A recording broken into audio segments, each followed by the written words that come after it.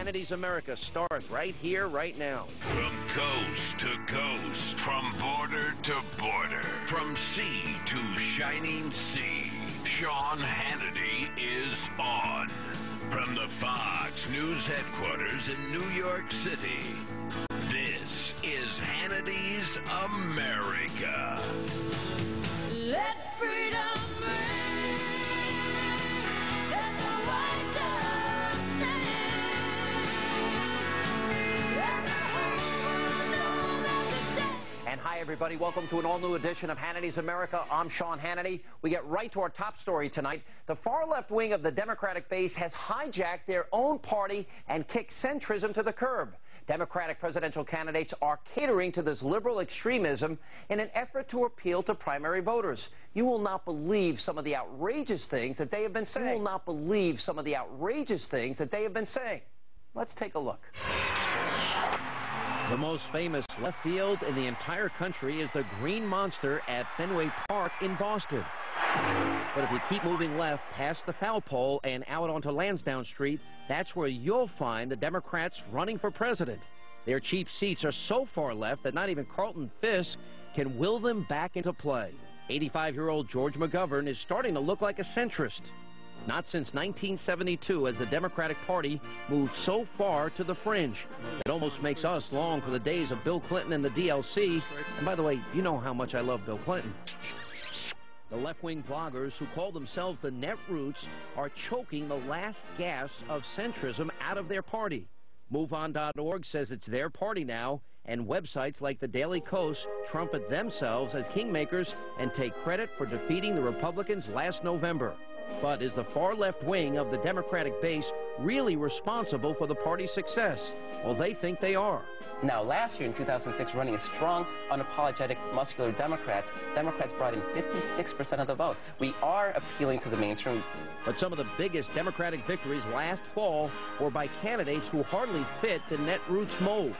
John Tester in Montana is hardly a left-winger, and the same can be said of Jim Webb in Virginia. Some people are even surprised that freshman Congressman Heath Shuler of North Carolina is a Democrat. For every Netroot champion like Ned Lamont, well, maybe he's not the best example. For every far left-winger who won, there's also a moderate. Just ask the tax-cutting Senator Claire McCaskill from Missouri or the pro-life Bob Casey Jr. from Pennsylvania. In spite of all of that, the presidential candidates have decided that they must pander to the pajama-wearing crowd. The most obvious example of this is with the war in Iraq. Like a parade of white flags, they get up in front of liberal audiences and tell the world that the war is lost. It has to start with bringing our troops out of the civil war that is raging in Iraq. We have to begin a phased withdrawal, have our combat troops out by March 31st of next year. We need to be bringing home our men and women from Iraq. That's what America needs to be doing. But retreating is one thing. Bashing America is another. Earlier this week, Barack Obama took the rhetoric to new heights when he accused U.S. soldiers of killing innocent Afghani civilians. But we've got to get the job done there. And that requires us to have enough troops that we're not just air raiding villages and killing civilians, which is causing enormous problems there.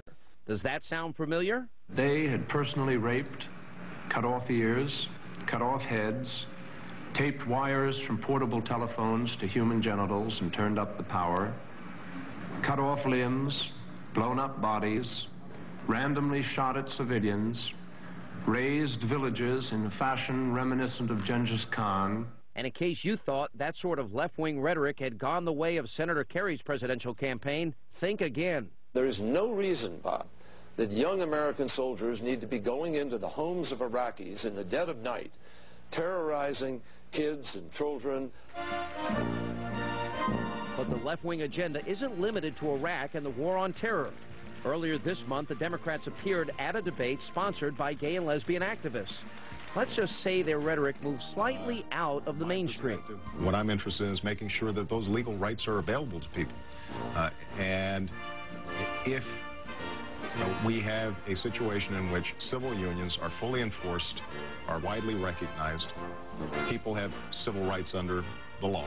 I will be a president who will fight for you, will work to end discrimination in the employment area, and don't ask, don't tell, finally get hate crimes through, do a lot of what we need to do on HIV, AIDS, and so much more. And it is so important for anyone who seeks to be the leader of the United States of America to stand up strong and firm, denounce it, and speak out strongly for equality. The Democrats have also moved way out to the left on health care.